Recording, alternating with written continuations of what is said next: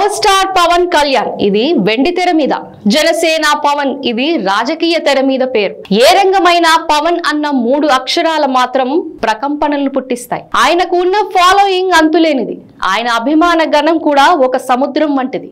పవన్ కళ్యాణ్ రాజకీయాలను, సినిమా జీవితాన్ని కీలకమైన మలుపు తిప్పే ఎన్నికలుగా 2024ని చూపిస్తున్నారు. ఎందుకంటే ఈసారి పవన్ ఎలాంటి రిస్క్ తీసుకోకుండా తెలుగుదేశంతో కూటమి కట్టి మరీ ఎన్నికలకు వెళ్తున్నారు. గెలుపు అవకాశాలు ఈ కూటమికి చాలా ఉంటాయి. గత ఎన్నికల్లో విడిగా పోటీ చేయడం వల్ల 2 పార్టీలు నష్టపోయాయి. ఇప్పుడు కలిసి పోటీ చేస్తే కీలకమైన జిల్లాల్లో ఆధిపత్యం ఏకపక్షంగా చలాయించవచ్చన్న లెక్కలు చేసుకొని మరీ బరిలోకి దిగుతున్నారు. దాంతో పవన్ ఈసారి ఎన్నికలను సీరియస్ గా తీసుకుంటున్నారు.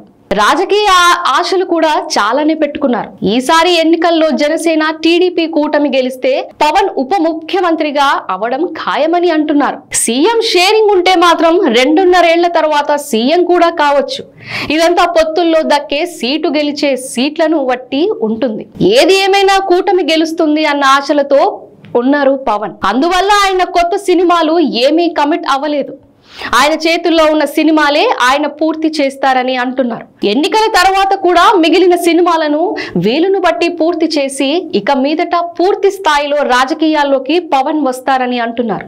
అంటే ఆయన పూర్తిగా ఏపీకి వచ్చి ఇక్కడే తన నివాసం ఏర్పరచుకొని రానున్న కాలమంతా గడుపుతారని అంటున్నారు. ఇది పవన్ తీసుకునే షాకింగ్ డెసిషన్ అని అంటున్నారు. పవన్ సినిమాలు మానేయడం అంటే నిజంగా ఆయన హార్డ్ కోర్ ఫ్యాన్స్ కి ఇది చాలా పెద్ద షాక్.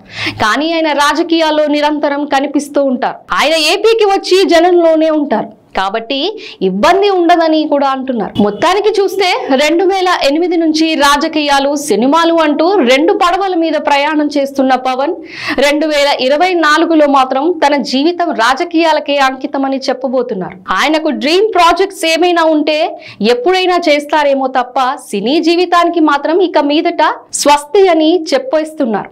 సో ఇది పవన్ తీసుకోబోయే షాకింగ్ డెసిషన్ అంటున్నారు.